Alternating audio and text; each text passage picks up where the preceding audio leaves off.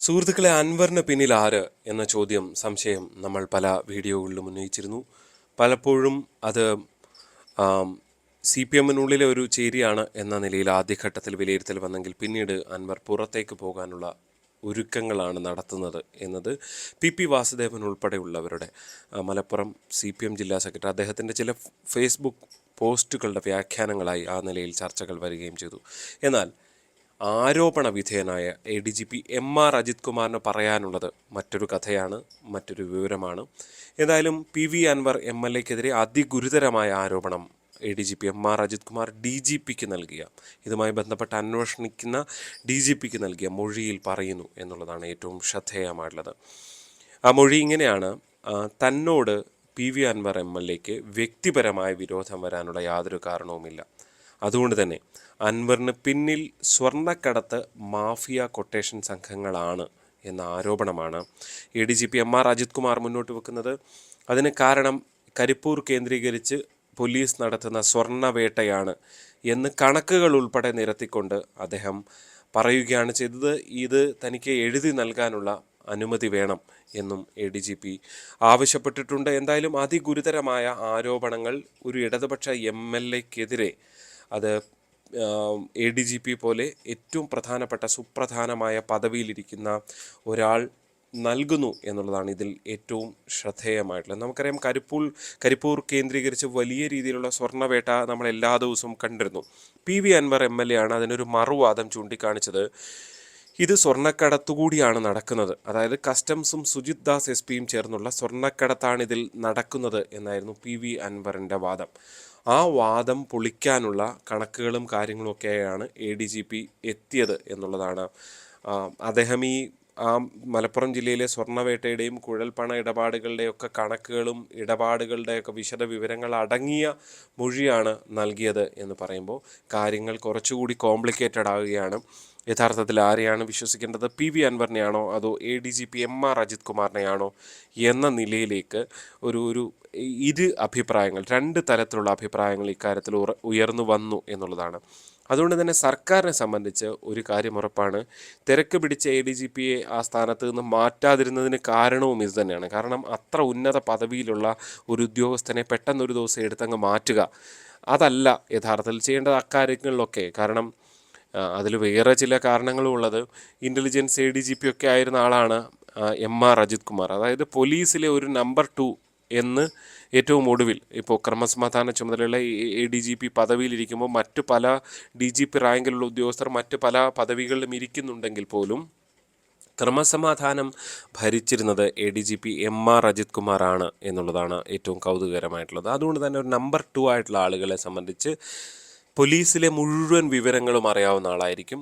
സർക്കാർ എന്ത് ചെയ്യുന്നു, എവിടെയൊക്കെ എത്രയൊക്കെ രഹസ്യ നീക്കം, ഇപ്പോൾ RSS മേധാവിയെ കണ്ടതുമായി ബന്ധപ്പെട്ട അല്ലെങ്കിൽ RSS ജനറൽ സെക്രട്ടറിയെ കണ്ടതുമായി ബന്ധപ്പെട്ടുള്ള വിവാദം നടക്കുമ്പോൾ ഈ സർക്കാർ നേതാക്കൾ, CPM-ൻ്റെ ഉന്നത നേതാക്കൾ, മുഖ്യമന്ത്രി പിണറായി വിജയൻ ഉൾപ്പെടെ എന്തൊക്കെ കാര്യങ്ങൾ, എന്തൊക്കെ ഡീലുകൾ പല കാര്യങ്ങളിലും നടക്കുന്നുണ്ട് എന്നുകൂടി നേരത്തെ രഹസ്യാന്വേഷണ ചുമതലയുണ്ടായിരുന്ന ADGP-ആയ MR അജിത് കുമാറിന് അറിയുക ബുദ്ധിമുട്ടുള്ള കാര്യമല്ല. അതുകൊണ്ട് തന്നെ തുടക്കം തന്നെ സംശയിച്ചിരുന്ന ഒരു കാര്യമാണ്, അങ്ങനെ പെട്ടെന്നെടുത്ത് മാറ്റാൻ കഴിയുന്ന ഒരാളല്ല MR അജിത് കുമാർ. MR അജിത് കുമാർ തിരിച്ചു പണിയാൻ നിന്ന് കഴിഞ്ഞാൽ അതും ബുദ്ധിമുട്ടുകൾ സർക്കാരിന് കൂടി ഉണ്ടാക്കും.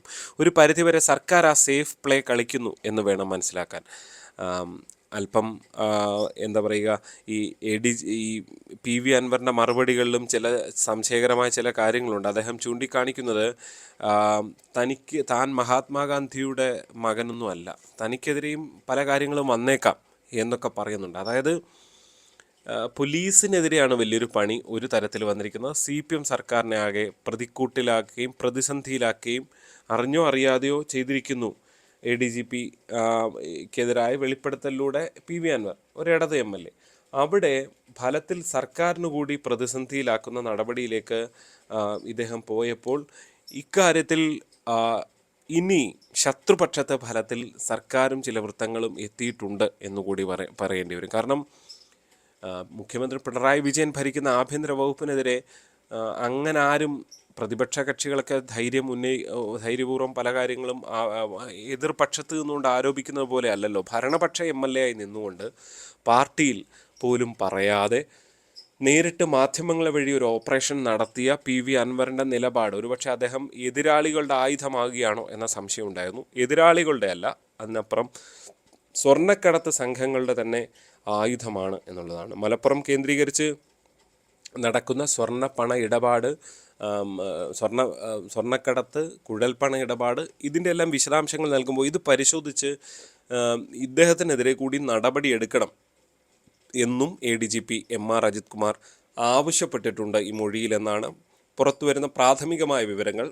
മൊഴിയുടെ പൂർണ്ണമായ വിശദാംശങ്ങൾ വന്നിട്ടില്ല. ഇനിയും MR അജിത് കുമാറിനെ ചോദ്യം ചെയ്യുന്നുണ്ട്. പക്ഷേ ഒരു കാര്യം ഉറപ്പാണ്, അൻവറിനെതിരെ തിരിച്ചായുധം പ്രയോഗിക്കുമ്പോൾ അൻവറിന് പ്രതിരോധിക്കാൻ എത്രത്തോളം കഴിയുമെന്നുള്ളതാണ് ഇനിയുള്ള ദിവസങ്ങളിൽ കാണേണ്ടത്. അൻവർ നേരത്തെ താനും അത്ര മഹാത്മാഗാന്ധിയുടെ മകനൊന്നും അല്ലല്ലോ എന്ന് പറഞ്ഞൊരു വാർത്ത കാണുമ്പോൾ അതിലും അൻവറിനും ഒരൽപ്പം ഇക്കാര്യത്തിൽ പ്രതിരോധം വന്നാൽ അത് പ്രതിരോധിച്ച് നിൽക്കാനുള്ള കപ്പാസിറ്റി ഉണ്ടോ എന്ന സംശയം അവിടെ ബാക്കിയായി നിൽക്കുകയാണ് എന്ന് തന്നെ എടുത്ത് പറയേണ്ടി വരും.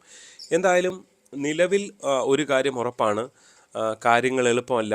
ADGP MR അജിത് കുമാറിൻ്റെ കസേര പെട്ടെന്ന് തെറിയിക്കുന്നതല്ല. അത് ഈ ഒരു അന്വേഷണവുമായി ബന്ധപ്പെട്ട് മാത്രമല്ല, അതിനും അപ്പുറത്തേക്ക് ഇങ്ങനെ സർക്കാരിൻ്റെ എല്ലാ വിവരങ്ങളും അറിയുന്ന ഒരു ഉദ്യോഗസ്ഥനെതിരെ അങ്ങനെ അങ്ങ് പണി കൊടുക്കാൻ കഴിയില്ല. മാത്രവുമല്ല, സെൻട്രൽ സർവീസാണ് ഒരു പരിധിവരെ. ഇതിൽ നിലവിൽ കേന്ദ്രം ഒരു പ്രാഥമിക അന്വേഷണമൊക്കെ നടത്തിയിട്ടുണ്ടാകും. അതിനപ്പുറത്തേക്കൊരു അന്വേഷണത്തിലേക്കൊന്നും കടന്നിട്ടില്ല. RSSുമായി വളരെ അടുപ്പം കാത്തു സൂക്ഷിക്കാൻ ശ്രമിക്കുന്ന ഒരു നേതാവാണ് ADGP MR അജിത് കുമാർ എന്ന് റാം മാധവുമായും ഒപ്പം തന്നെ ദത്താത്രേയ ഹൊസബലയുമായിട്ടുള്ള കൂടിക്കാഴ്ചയിലും മനസ്സിലായതാണ്. അങ്ങനെ ഒരു ഉദ്യോഗസ്ഥനെതിരെ കേന്ദ്രത്തിനും വലിയ താല്പര്യങ്ങളുണ്ടാവില്ല. ഒന്നാമത് തൊട്ടിപ്പുറത്ത് ആരോപണം ഉന്നയിക്കുന്നത് ഫലത്തിൽ സഹായകരമാകുക സ്വർണ്ണക്കടത്ത് സംഘങ്ങൾക്കൊക്കെയാണ്. അപ്പോൾ ഒരു പരിധിവരെ സുജിത് ദാസിൻ്റെ കാര്യത്തിൽ അത്തരം റോളുകൾ ഉണ്ടെങ്കിലും ഉള്ളതിലെല്ലാം MR അജിത് കുമാറിനെ പ്രതിയാക്കുന്നു. ഇപ്പോൾ തൃശ്ശൂർ പൂരം കലക്കിയതുമായി ബന്ധപ്പെട്ട ആരോപണങ്ങൾ, അതിൽ മാധ്യമങ്ങൾക്ക് മുന്നിൽ PV അൻവർ പറഞ്ഞിട്ടുണ്ട് MR അജിത് കുമാറിന് റോളുണ്ട് എന്ന്. പക്ഷേ അദ്ദേഹം കൊടുത്ത പരാതിയിൽ അൻവർ കൊടുത്ത പരാതിയിൽ MR അജിത് കുമാറിനെതിരെ പൂരം കലക്കലുമായി ബന്ധപ്പെട്ട ആരോപണമില്ല. അതേപോലെ ശശിക്കെതിരായ ആരോപണമില്ല.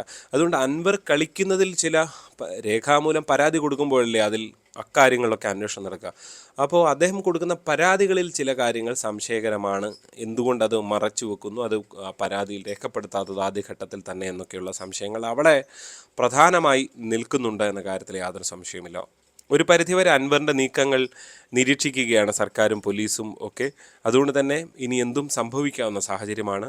ആരാണ് യഥാർത്ഥ കള്ളൻ എന്നുള്ളത് കാത്തിരുന്ന് തന്നെ കാണേണ്ടി വരും. എന്തായാലും ഈ വിഷയത്തിൽ നിങ്ങളുടെ അഭിപ്രായം എന്ത് എന്ന് കമൻറ്റായി രേഖപ്പെടുത്തുക. ചാനൽ സബ്സ്ക്രൈബ് ചെയ്തിട്ടില്ലെങ്കിൽ സബ്സ്ക്രൈബ് ചെയ്യണം. വീഡിയോ ഇഷ്ടപ്പെട്ടാൽ ലൈക്ക് ചെയ്യണം. മറ്റു സുഹൃത്തുക്കൾക്ക് അയച്ചു കൊടുക്കണം. നന്ദി.